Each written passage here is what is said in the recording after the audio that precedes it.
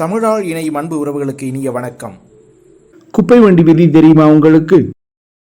ஒரு கம்பெனியின் அதிகாரி ஒருவர் அவசரமாக வெளியூர் செல்ல வேண்டியிருந்தது.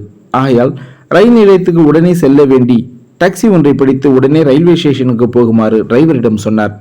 இவர்கள் வேகமாக சென்று கொண்டிருக்கும் போது இவர்களுக்கு முன்னால் சென்ற கார் ஒன்று திரும்புவதற்கான சிக்னல் எதுவும் கொடுக்காமல் திடீரென்று திரும்பிவிட ஒரு இடம் நிலை தடுமாறிய டாக்ஸி டிரைவர் உடனே பிரேக்கை அப்ளை செய்து சரியாக முன் சென்ற காரை இடிப்பதற்கு 1 இன்ச் முன்னதாக நிறுத்தினார்.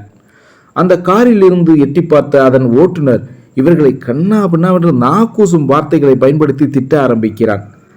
இந்த டாக்ஸி டிரைவரோ பதிலுக்கு எதுவும் சொல்லாமல் ஜஸ்ட் ஒரு புன்னகையை மட்டும் சிந்திவிட்டு டாட்டா காட்டுவது போல் கைகளை காட்டுகிறார். அவர் செய்தது ஏதோ நண்பரை பார்த்து செய்வது போல இருந்ததை தவிர தவறாக வண்டி ஓட்டிய ஒரு டிரைவரிடம் செய்வது போல் இல்லை. ஏன் அவனை சும்மா விட்டீங்க?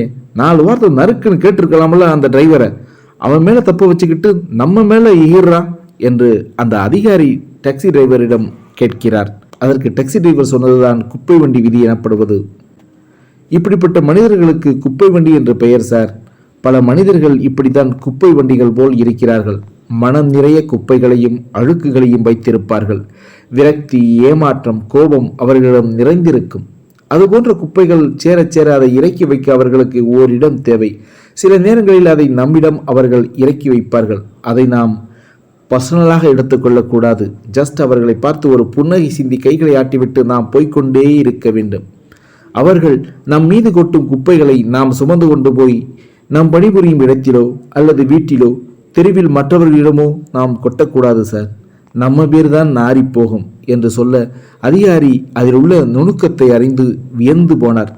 வாழ்க்கையில் வெற்றி பெற்ற சாதனையாளர்கள் எவரும் இந்த குப்பை வண்டிகள் தங்கள் அன்றைய நாளை ஆக்கிரமித்துக் கொள்ள அனுமதிக்கவே மாட்டார்கள். அலுவலகத்திலோ அல்லது வீட்டிலோ வெளியிலோ காரணமின்றி உங்கள் மீது யாரேனும் எரிந்து விழுந்தாலோ அல்லது வன் சொற்கள் வீசினாலோ பதிலுக்கு நீங்களும் வார்த்தை யுத்தத்தில் இறங்காது ஜஸ்ட் ஒரு புன்னகையை மட்டும் பதிலாக தந்துவிட்டு அந்த இடத்தை விட்டு அகன்று விடுங்கள். நம்மை சரியாக நடத்துகிறவர்களை நேசிப்போம், அப்படி நடத்தாதவர்களை புறக்கணிப்போம். வாழ்க்கை என்பது 10% நாம் எப்படி உருவாக்குகிறோம் என்பதை பொறுத்தது, 90% நாம் எப்படி எடுத்துக்கொள்கிறோம் என்பதையே பொறுத்தது. சந்தோஷமா இப்ப வேலையை ஆரம்பிங்க, பார்க்கலாம்.